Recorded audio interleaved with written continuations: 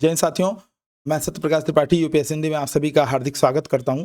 Video का thumbnail देख करके आप समझ चुके होंगे कि हम लोग इस किस टॉपिक पे बात करने वाले हैं। जी हाँ, यूपीएससी 2026 लोग बोलते हैं कि एकदम जीरो से तैयारी कैसे करते हैं, उस पर थोड़ी सी चर्चा करिए। तो ये वीडियो पूरा उन बच्चों के लिए रहने वाला है जो एकदम यूपीएससी की तैयारी जीरो से करना चाहते हैं और 2026 में उनको अटेम्प्ट देना है। 2026 में देना है, 2027 में देना है, ठीक है।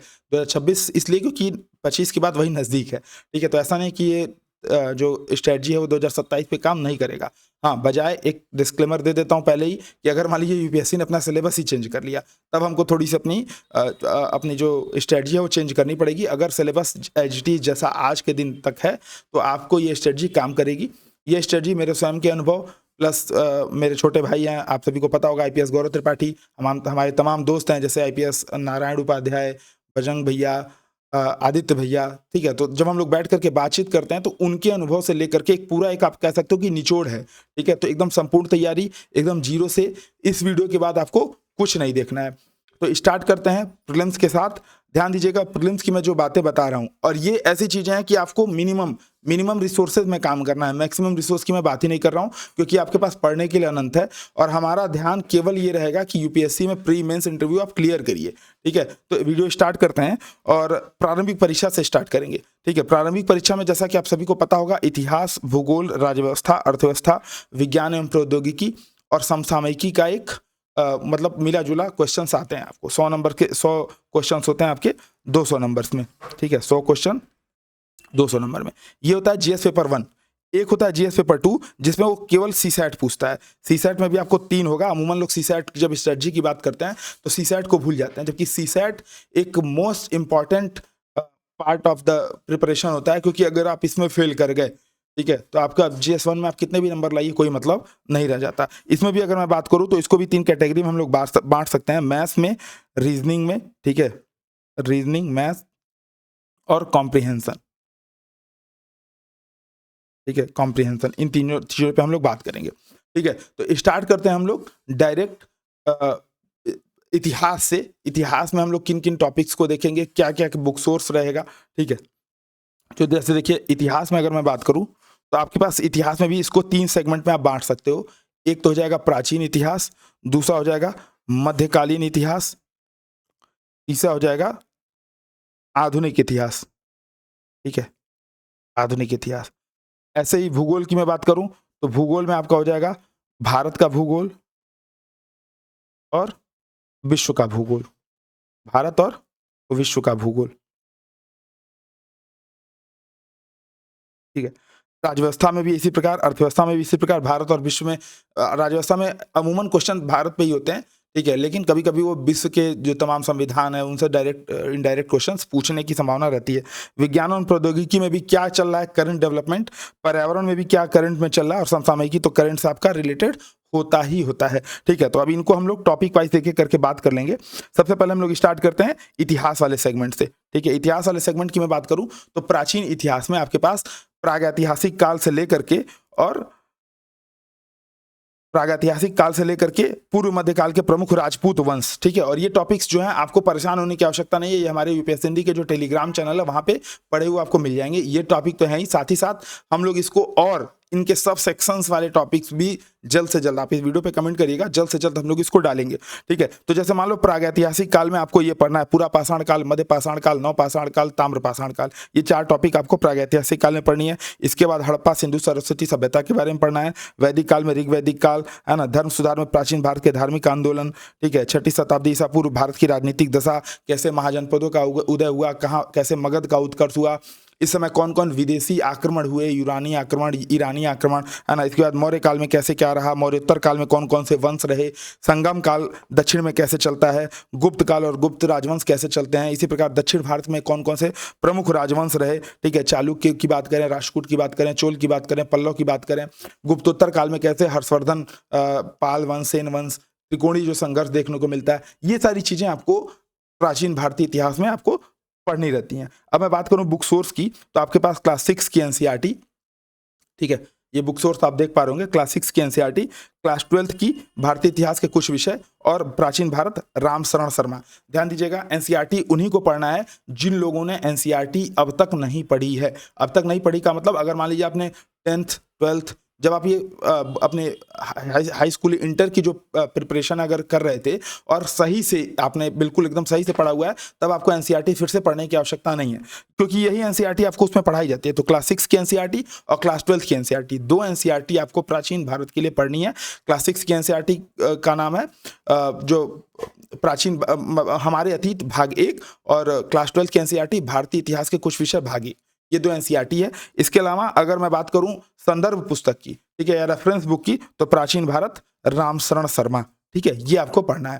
ठीक है, ऐसे ही बात करें हम मध्यकालीन भारत में, तो अरबों के आक्रमण से लेकर के शुरू होता है और किस प्रकार मुगल काल से लेकर के शिवाजी और मराठा साम्राज्य तक ये आपको मध्यकाल में पढ़ना रहता है। तो इसमें दिल्ली सल्तनत, जो कैसे GKTSL, गुलाम खिलजी तुगलक, सैयद लोदी, ये सारे वंश आपको मध्यकाल में दिल्ली की सत्ता पर आपको देखने को मिलेंगे। फिर तमाम क्षेत्रीय राज्य देखने को मिलेंगे। उसी समय भक्ति और मध्यकालीन जो धार्मिक आंदोलन है, भक्ति आंदोलन है, वो चलता है, सूफी आंदोलन चलता है।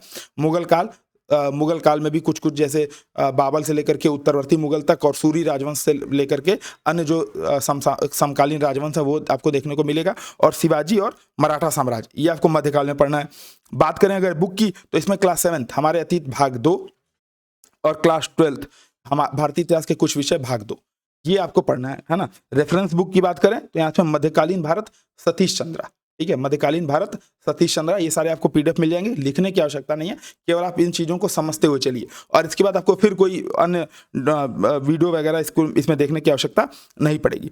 फिर एक आता है इसमें कला एवं संस्कृति का टॉपिक, जिसमें स्थापत्य कला की बात करें, चाहे हम सिंधु घाटी सिंधु सरस्वती सभ्यता से लेकर के आधुनिक युग तक, इसमें आपको फिर से वही अन्य जो भी अभी हम लोगों ने मध्यकाल तक पढ़ा है, इसमें आधुनिक तक पढ़ेंगे हम लोग। तो आधुनिक में क्या क्या स्थापत्य कला रहे, किस प्रकार की मूर्ति कलाएं रहीं, कौन कौन से धर्म और दर्शन से संबंधित विषय थे। धर्म में प्रमुख जो 6 धर्म है, हिंदू, जैन, बौद्ध, ईसाई, इस्लाम, पारसी, यहूदी, ये जो हैं। इसके अलावा 6 दर्शन जो प्रमुख हमारे दर्शन रहे हैं, है ना। भारतीय संगीत, जिसमें शास्त्रीय संगीत के साथ जो 2 हिस्से थे, हिंदुस्तानी संगीत और कर्नाटक संगीत, या लोक संगीत, स्थानीय जो लोक संगीत की परंपरा है। इसी प्रकार भारतीय नृत्य में भी शास्त्रीय संगीत और लोक नृत्य दोनों देखना है ना। आधुनिक जो कठपुतली और रंगमंच है, भारतीय रंगमंच की जो परंपरा है, भाषा एवं साहित्य से संबंधित परंपराएं हैं, कुछ प्रमुख मेले, त्यौहार, शिल्प हैं संपूर्ण भारत में, कहाँ कहाँ धार्मिक उत्सव के नाम पे, धर्मनिरपेक्ष उत्सवों के नाम पे, कला एवं शिल्प के नाम पर जो लगते हैं। इसके अलावा प्राचीन एवं मध्यकालीन भारत में विज्ञान एवं प्रौद्योगिकी का क्या इंपॉर्टेंस रहा है, किस प्रकार हर्षवर्धन के काल में रहा है, किस प्रकार गुप्त काल में रहा है, मौर्य काल में क्या टेक्नोलॉजी थी, सिंधु सरस्वती सभ्यता में क्या टेक्नोलॉजी थी, जो लुप्त वैक्स टेक्निक्स है, ठीक है, चाहे वो स्टील को मिला करके, मतलब वुड स्टील कैसे बनाते थे। तो तमाम तरह की तकनीकें, मूर्तिकला में भी तकनीकें, तो हर एक चीज में, माइन्यूट चीजों में आप कैसे प्रौद्योगिकी देखते हो वो। इसके अलावा प्रसिद्ध व्यक्तित्व, चाहे बात करें चाणक्य की, चाहे बात करें हम कालिदास की, तो कौन कौन से प्रसिद्ध व्यक्तित्व प्राचीन एवं मध्यकालीन भारत में रहे। इसी प्रकार भारतीय विरासत का संरक्षण और संवर्धन क्यों आवश्यक है, करंट से रिलेटेड इसके कुछ विषय आपको कला एवं संस्कृति में पढ़ने रहेंगे। मैं बात करूं अगर इसमें रेफरेंस बुक की, तो आपको केवल भारतीय कला का परिचय भाग 1 और भारतीय कला का परिचय भाग 2, 11th और 12th की एनसीईआरटी की बुक है, यही केवल पढ़ना है, और इसके अलावा कुछ पढ़ने की आवश्यकता नहीं है। इसमें रेफरेंस बुक की बात करें तो कला एवं संस्कृति आप नितिन सिंघानिया जी की ले सकते हैं, वो एज ए रेफरेंस बुक। और मैं अभी आगे बताऊंगा कि रेफरेंस बुक का यूज कब करना है, क्यों करना है, ठीक है। एज ए रेफरेंस बुक ही आपको यूज करना है, बाकी यूज करने की आवश्यकता नहीं है, ठीक है। तो ये हो गया आपका इतिहास से संबंधित विषय, यानी कि यहाँ पर आप आकर के इतना अगर आप पढ़ लेते हो तो आपको इतिहास में प्राचीन एवं मध्यकाल में कोई दिक्कत नहीं होगी। अब हम बात करते हैं आधुनिक इतिहास के संदर्भ में, ठीक है। आधुनिक इतिहास के संदर्भ में बात करेंगे तो आधुनिक इतिहास में यूरोपीय कंपनियों का आगमन से लेकर के जो स्वतंत्र राज्य हैं उनके उदय, फिर ब्रिटिश कालीन कौन कौन से एक्ट्स वगैरह आए, है ना, ब्रिटिश कालीन क्या आर्थिक नीति थी, भारत पे इसका क्या प्रभाव था, विस्तार की किस प्रकार नीति थी, भारत में कौन कौन से गवर्नर जनरल रहे, कौन कौन से विद्रोह हुए, क्या क्या उन्होंने काम किए, है ना। फिर भारत में 19वीं सदी में सामाजिक सुधार, धार्मिक सुधार आंदोलन, राजनीतिक विचारधाराओं, राजनीतिक संगठनों का विकास, आधुनिक भारत में शिक्षा का विकास, प्रेस एवं समाचार पत्रों का विकास। इसके बाद गांधी जी का आंदोलन में आना, गांधी जी के पूर्व भारतीय राष्ट्रीय आंदोलन, गांधी जी के दौरान भारतीय राष्ट्रीय आंदोलन, और गांधी जी के बाद भारत के भीतर आंदोलन, भारत के बाहर आंदोलन, किसान आंदोलन, साम्यवादी आंदोलन, द्वितीय विश्व युद्ध के समय भारत की स्थिति, भारत छोड़ो आंदोलन, जितने भी हैं ये सारे टॉपिक्स भारत की आज़ादी तक आपको आधुनिक में पढ़ना है। अगर मैं बात करूं इसके लिए क्या क्या पढ़ना है, तो क्लास 8th की एनसीईआरटी है हमारे अतीत भाग 3, और क्लास 12th की एनसीईआरटी है भारतीय इतिहास के कुछ विषय भाग 3। ठीक है, तो ये आपकी एनसीईआरटी की बुक हो जाएगी। ध्यान दीजिए, एनसीईआरटी उनको नहीं पढ़ना है जिन्होंने बहुत अच्छे तरीके से पढ़ ली है। हाँ, अगर आपको लगता है आपने अच्छे तरीके से नहीं पढ़ी है, ठीक है, तो अभी हम लोग इस पे बात करेंगे। रेफरेंस बुक आधुनिक भारत के लिए आपको स्पेक्ट्रम रखनी है। ठीक है, अब जैसे कैसे पता चलेगा कि आपने एनसीईआरटी पढ़ रखी है या नहीं पढ़ रखी है? ठीक है, तो आप क्या करिए, एनसीईआरटी पढ़िए। एनसीईआरटी एनसीईआरटी आधारित मार्केट में बहुत सारे एमसीक्यू, क्विजेस, ठीक है, ये सब स्टार्ट हैं। आप इनको देख करके इनसे क्वेश्चंस लगाइए। ठीक है, जैसे यूपीएससी हिंदी का भी अभी जल्द ही स्टार्ट होने वाला है, एमसीक्यू क्यूज वगैरह, तो आप उससे देख करके पता लगा सकते हैं कि जैसे मान लीजिए अगर आपके 100 क्वेश्चंस में से अगर आपके 60 के लगभग सही हो जा रहे हैं, ठीक है, 100 में से 60 प्लस सही हो रहे हैं, तो इसका मतलब आपने एनसीईआरटी सही से पढ़ रखी है। आपको मतलब फिर से दोबारा पढ़ने की आवश्यकता नहीं है। ठीक है, अगर ये मामला 50 तक पे अटक जाता है, तब एक बार आपको मोटी मोटा तौर पर फिर से पढ़ने की आवश्यकता है। लेकिन अगर अभी 50 से कम आ रहा है, तब आपको थोड़ी सी मेहनत करके, ठीक है, मेहनत करके आपको एनसीईआरटी एक बार पढ़ने की आवश्यकता पड़ेगी। ठीक है, तो ये हो जाएगा इतिहास में आपको क्या करना है, कैसे करना है। अब हम बात कर लेते हैं भूगोल में। ठीक है, तो भूगोल में आपको 4 टॉपिक आपको मिलेंगे: विश्व का भौतिक भूगोल, भारत का भौतिक भूगोल, विश्व का मानव भूगोल और भारत का मानव भूगोल।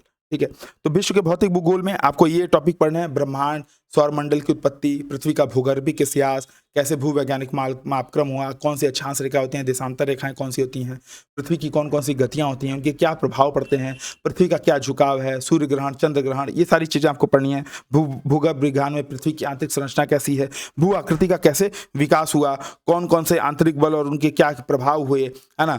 जलवायु विज्ञान में आपको पढ़ना है वायुमंडल की संरचना, मौसम, जलवायु कैसे काम करता है, पवन कैसे काम करता है, वर्षण कैसे होता है, विश्व के कौन कौन से जलवायु क्षेत्र हैं, समुद्र विज्ञान पढ़ना है, मृदा पढ़नी है, महाद्वीपों के विकास पढ़ने हैं, और विश्व में नदियां, झील, शहरें, मानचित्र आधारित प्रश्न आपको इसमें तैयार करना है। तो ये आपका हो जाएगा विश्व का भौतिक भूगोल। और इसके लिए क्या पढ़ना है? केवल और केवल ये, ठीक है, क्या कि कक्षा 11th की भौतिक भूगोल के मूल सिद्धांत, केवल कक्षा 11th की भौतिक भूगोल के मूल सिद्धांत और ऑक्सफोर्ड का एटलस। इसके अलावा अन्य कोई आपको नहीं पढ़ना है। तो भूगोल में केवल और केवल एनसीईआरटी ही पढ़नी है, क्लास 11th की और क्लास 12th की। ठीक है, अगर आपने एनसीईआरटी पढ़ रखी है तब भी, नहीं पढ़ रखी है तब भी, केवल और केवल आप क्या पढ़ेंगे?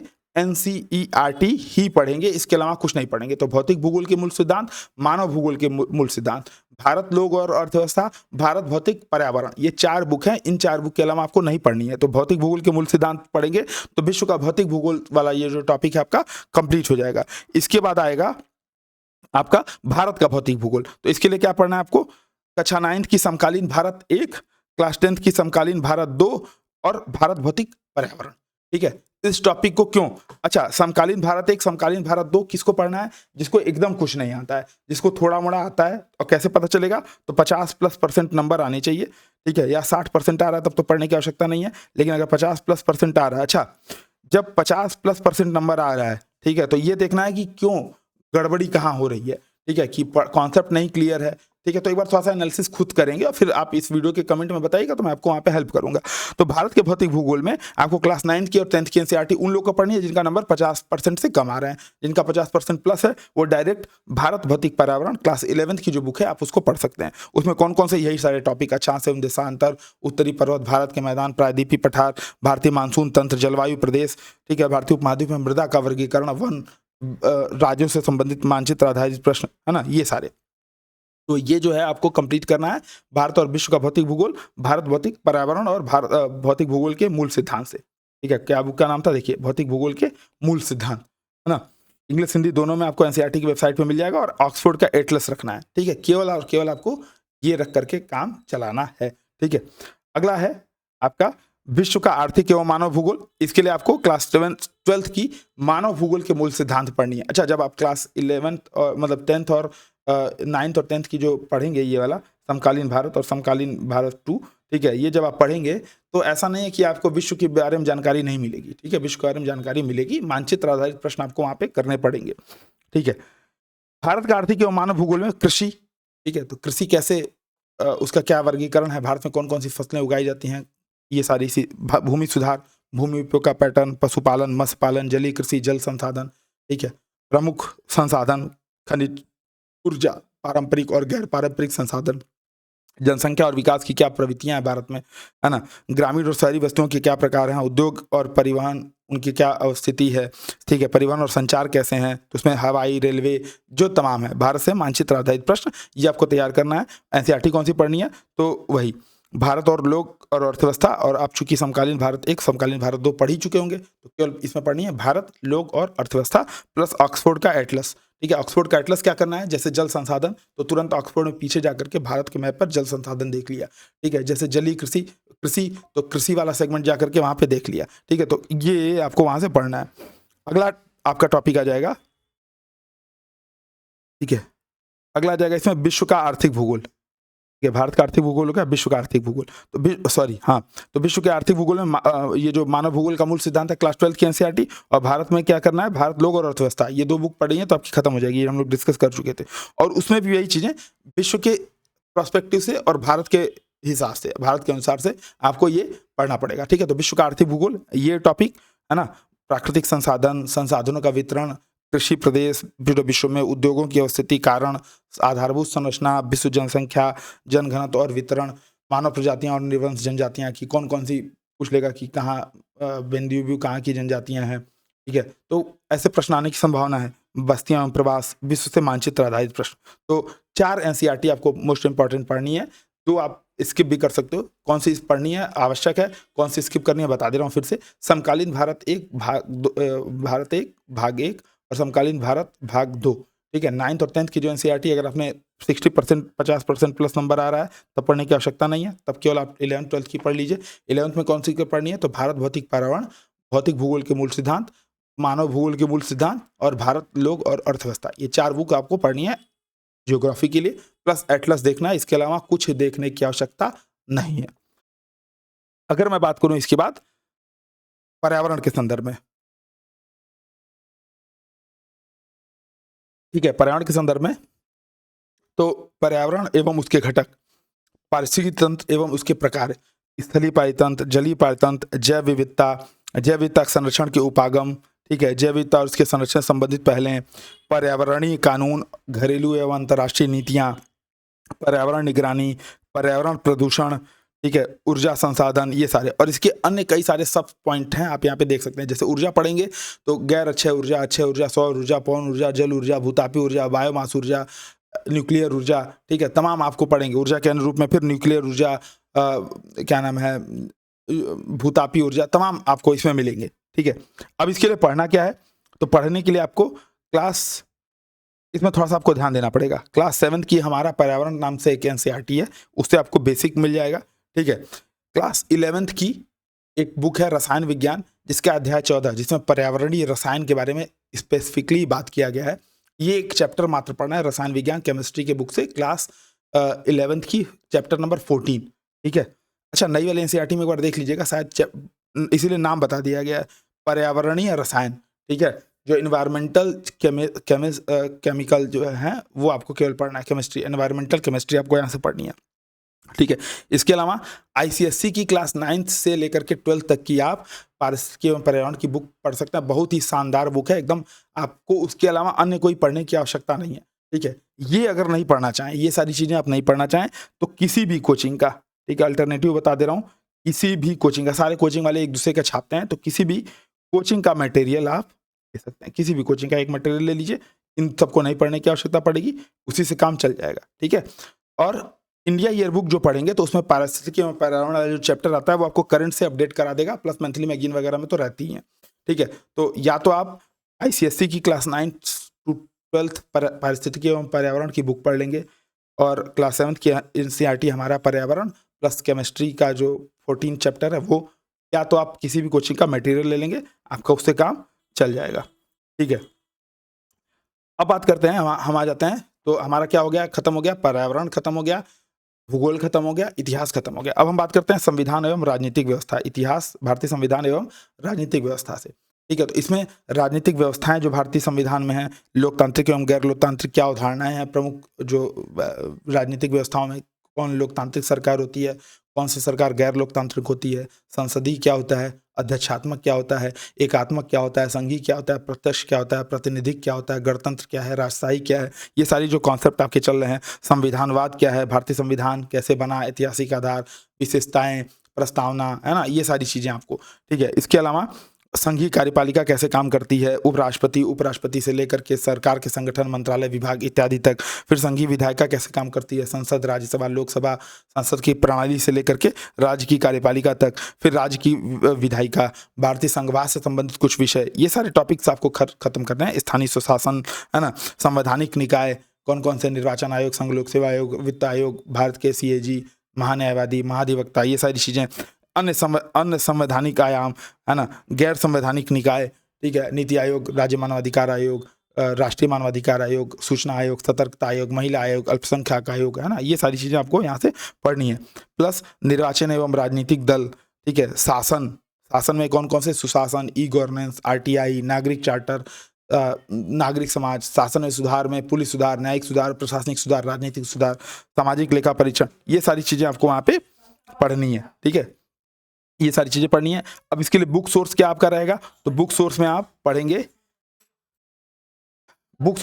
क्लास 9th लोकतांत्रिक राजनीति भाग 1, क्लास 10th लोकतांत्रिक राजनीति भाग 2, क्लास 11th भारत का संविधान, सिद्धांत एवं व्यवहार। तो 3 NCERT आपको पढ़नी है, लोकतांत्रिक राजनीति भाग 1, लोकतांत्रिक राजनीति भाग 2 और भारतीय संविधान, सिद्धांत एवं व्यवहार। रेफरेंस बुक भारत की राज्यव्यवस्था एम लक्ष्मीकांत। यहाँ पे जो रेफरेंस बुक है ये इंपॉर्टेंट हो जाता है, ठीक है, क्योंकि देखिए NCERT की जो बुक है वो क्या है, बेसिकली आपका भारतीय सामाजिक, मतलब वो भारत की संदर्भ में वो सामाजिक एवं राजनीतिक जीवन के बारे में बात करता है। तो सामाजिक जीवन को जोड़ रहा है, राजनीतिक जो जैसे प्रश्न आते हैं डायरेक्ट आपको वहाँ पे नहीं मिलेंगे। प्लस जो भी कॉन्सेप्ट उसमें दिए हैं बहुत ज़्यादा बिखरे हुए कॉन्सेप्ट दिए हुए हैं, ठीक है, तो उन कॉन्सेप्ट को आपको जो एम लक्ष्मीकांत है वो आपको एक जगह मिल जाएगा, ठीक है। तो ये आपके लिए रेफरेंस बुक आपका मेन बुक यहाँ पे बन जाएगा, केवल पॉलिटी राज्यव्यवस्था के संदर्भ में। और कौन कौन से टॉपिक्स करने हैं, तो ये सारे टॉपिक्स करने हैं। ये सारे टॉपिक्स के PDF आप सर्च करिएगा UPSC हिंदी के वेबसाइट पे और UPSC हिंदी के टेलीग्राम चैनल पे आपको मिल जाएगा, ठीक है। अगला जो होता है, तो ये आपको भारतीय राजनीतिक मतलब क्लास 9th की, क्लास 10th की NCERT, लोकतांत्रिक राजनीतिक भाग 1, लोकतांत्रिक राजनीति भाग 2, भारत का संविधान, सिद्धांत एवं व्यवहार, ये करना है। और स्वतंत्र भारत में राजनीति, ये आपको NCERT 4 करनी है। और प्लस एम लक्ष्मीकांत यहाँ पे आपको इंपॉर्टेंट हो जाता है, यहाँ पे मेन बुक बन जाएगा।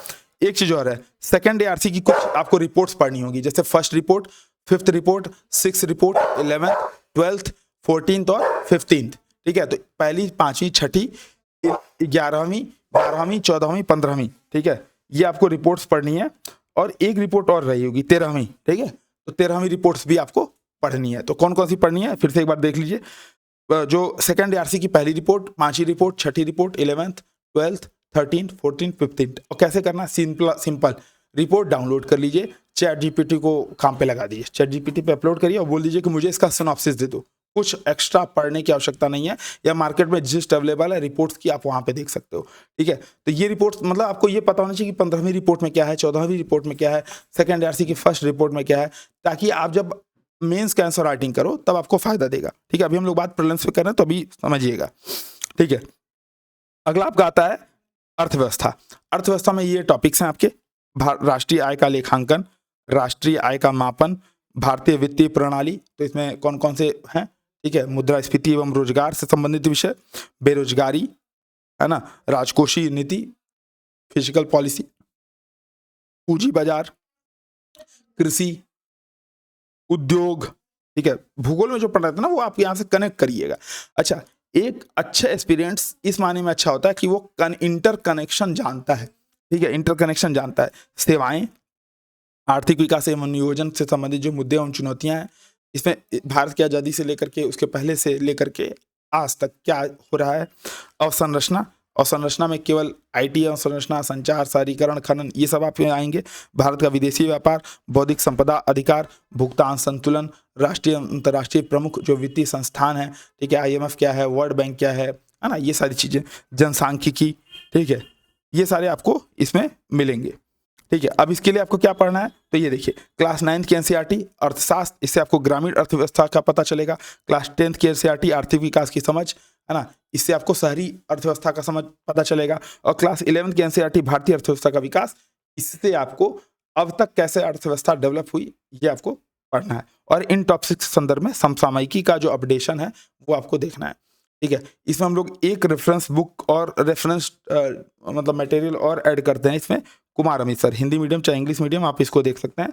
कुमार अमित सर का ये मटेरियल है, ठीक है। और ये नोट्स आपको अवेलेबल हो जाएंगे। सारे टॉपिक्स, केवल टॉपिक्स देखना है और बाकी कुछ नहीं देखना है, ठीक है। जैसे उद्योग देखेंगे तो औद्योगिक क्षेत्र, औद्योगिक नीतियां, लाइसेंसिंग, एमएसएमई, ठीक है, make in India, skill India, ये सारे टॉपिक्स ही देख करके काम चलाएंगे, बाकी कुछ देखने की आवश्यकता नहीं है।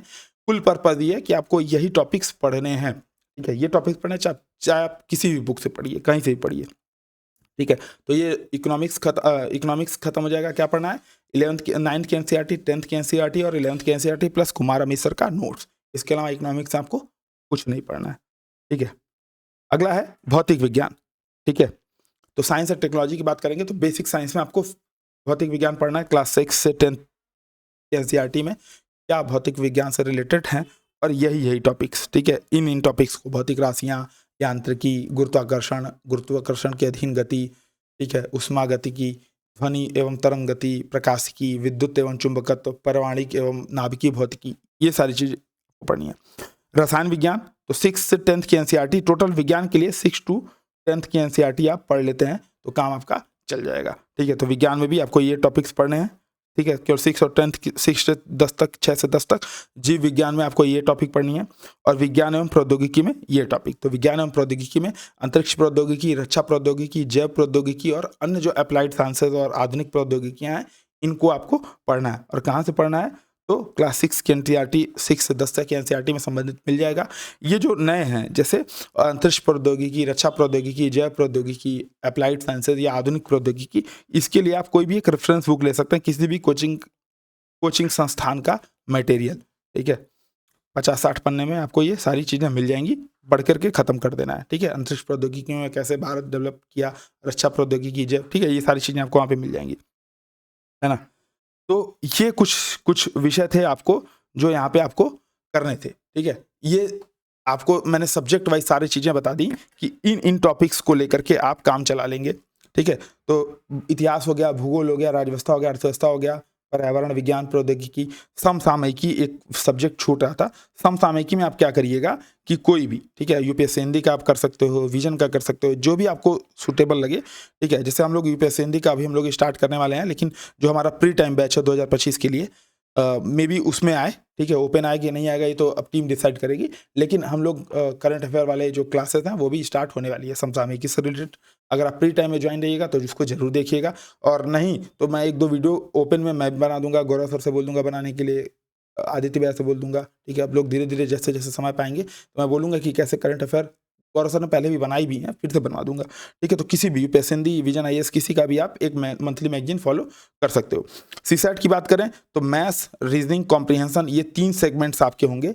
Maths, reasoning, comprehension. मैथ्स के लिए जो है आप कोई भी एक बुक, ठीक है, अगर आपने मैथ्स पढ़ रखा है तो कोई भी एक मार्केट से बुक ले लीजिएगा, ठीक है। मेरे हिसाब से आप इसमें सबसे अच्छी बुक आती है अरिहंत की, ठीक है, अरिहंत की बुक आती है, हरिहंत या हरिहंत क्या लिखते हैं, मैथ्स और रीजनिंग उसमें रहता है, ठीक है। कॉम्प्रिहेंशन के लिए आप पीवाईक्यू, ठीक है, और किसी से कॉम्प्रिहेंशन देखना ही नहीं है, ठीक है। तो मैथ्स और रीजनिंग अरिहंत से करना है, कॉम्प्रिहेंशन पीवाईक्यू से करनी है। तो इसमें भी हम लोग क्या करेंगे कि सीसैट के लिए कौन कौन से, जैसे हम लोगों ने क्या किया, मैथ्स और रीजनिंग के टोटल 30 टॉपिक्स बना रखे हैं, ठीक है। तो जैसे आपको ये सिलेबस दिया है ना, ये वाला, ये सारा जो मेंस का सिलेबस दिया है प्री का, एक एक डिकोड करके, तो ऐसे मैथ्स और रीजनिंग के भी सिलेबस दे देंगे। आप कहीं से भी किसी बुक से कर लेंगे, या हमारा एक कोर्स स्टार्ट होने वाला है, आप सीसैट वाला उससे कर लीजिएगा, ठीक है। तो सीसैट में हमको बस ये करना है, भले 2026 में करना है, लेकिन अभी से ध्यान देना स्टार्ट कर देना है। कॉम्प्रिहेंशन, अच्छा एक चीज़ और है, कॉम्प्रिहेंशन में आप जब आप एनसीईआरटी की रीडिंग करेंगे, एनसीईआरटी, ठीक है, तो ये आपको क्या करना है, एनसीईआरटी की रीडिंग के बाद आपको क्या करना है, टेस्ट लगाने हैं, ठीक है, टेस्ट लगाना है, ठीक है। टेस्ट लगाएंगे एनसीईआरटी, देखिए अब मैं एक बता देता हूँ जो अब तक मैंने बताया था। एनसीईआरटी पढ़े, ये सबसे पहले पढ़ना है, फिर इससे रिलेटेड टेस्ट लगाना है, ठीक है। तो यूपीएससी हिंदी की टेस्ट सीरीज भी स्टार्ट है, 60 टेस्ट हैं इसमें 2026 के लिए, आप चाहिए तो इसको ज्वाइन कर सकते हैं। टेस्ट सीरीज लगाना है, टेस्ट सीरीज के बाद उसका एनालिसिस करना है, कहाँ क्या सोच करके मारा था, क्या सोच करके गलती हुई, ठीक है। जो सोच के गलती हुई वो दोबारा अगले पेपर में नहीं करना है, ठीक है। प्लस जो गलती हुआ उसके शॉर्ट नोट्स बनाने हैं, ठीक है, शॉर्ट नोट्स बना लेने हैं, ठीक है। तो एनसीईआरटी पढ़ा। अब क्या होता है देखिए, एनसीईआरटी पढ़ रहे हैं तो हमारा कॉम्प्रिहेंशन तैयार हो रहा है। क्यों? क्योंकि एनसीईआरटी की भाषा थोड़ी सी क्लिष्ट है, ठीक है। तो आप उसको जब पढ़ोगे तो कॉम्प्रिहेंशन आपका आसान होगा। अब तक क्या होता है कि हम लोग डायरेक्ट कोचिंग के मटेरियल यूज करते हैं, तो बनी बनाई खिचड़ी खा के पेट खराब हो जाता है। तो एनसीईआरटी हम यूज करेंगे तो कॉम्प्रिहेंशन मेरा मजबूत होगा। प्लस जब टेस्ट लगाएंगे, ठीक है, तो टेस्ट का एक्सप्लेनेशन पढ़ेंगे। अब एक्सप्लेनेशन हम लोगों ने क्या किया हुआ है, एक एक पन्ने का एक्सप्लेनेशन दिया हुआ है। शॉर्ट नोट्स बनाने बैठिएगा तो नया नोट्स, नया एक्सप्लेनेशन आप लिख दीजिएगा। तो आप पूरे पन्ने को पढ़ करके उसका जिस्ट आप लिख रहे हो, उसका क्या नाम है, शॉर्ट करके आप लिख रहे हो शॉर्ट नोट्स में, तो वो भी आपका कॉम्प्रिहेंशन तैयार हो रहा है, ठीक है। तो कॉम्प्रिहेंशन आपका ऐसे भी तैयार होगा, इनडायरेक्टली भी, है ना। ये तरीका है आपका प्री में। प्री के लिए क्या करना है, अब देखो। अब जैसे मान लो आपने पहला, जैसे मैंने अपने अभी इतिहास भूगोल, इतिहास वगैरह, इतिहास भूगोल ये सब चेक किया था, मतलब इसकी चर्चा की थी। तो भारतीय विरासत और संस्कृति, विश्व का इतिहास, भूगोल और समाज, ठीक है। तो इसमें विश्व इतिहास के लिए, विश्व इतिहास के कुछ विषय, विश्व, ये मेंस का मैं बता रहा हूँ, ठीक है। विश्व इतिहास के कुछ विषय, ये आपको 11th की एनसीईआरटी है, ये पढ़ना है। इसके अलावा विश्व इतिहास के लिए कुछ नहीं पढ़ना है, पीवाईक्यू कर लेना है, ठीक है। विश्व इतिहास के कुछ विषय प्लस प्रीवियस ईयर क्वेश्चन, ये आप कर लेंगे तो आपका ये कंप्लीट हो जाएगा, ठीक है। जैसे हम लोगों ने ओपन वीडियो भी बना रखे हैं, ध्रुव में भी इसको बहुत अच्छे तरीके से कराया गया। हम लोग का जो ध्रुव बैच है उसमें विश्व इतिहास से रिलेटेड क्वेश्चन, सारे कॉन्सेप्ट, ठीक है। औद्योगिक क्रांति, रूसी क्रांति, फ्रांसीसी क्रांति, अमेरिकी क्रांति, सारे रिलेटेड क्या क्या क्वेश्चन कैसे बनते हैं, सारे वहाँ पे डिस्कस हैं। तो आप खुद से भी कर सकते हो, ठीक है। इतिहास एवं संस्कृति, भूगोल, इसके लिए आपको वही एनसीईआरटी ही पढ़नी है, इसमें कुछ नया नहीं पढ़ना है। समाज, और इसमें जो सामाजिक न्याय है इसके लिए, यानी कि ये जो पेपर 1 का, पेपर 2 मतलब जीएस पेपर 1 का समाज वाला पोर्शन है, और जीएस पेपर 2 का जो सामाजिक न्याय वाला पोर्शन है, इसके लिए किसी भी एक कोचिंग संस्थान का मटेरियल ले लीजिएगा, ठीक है।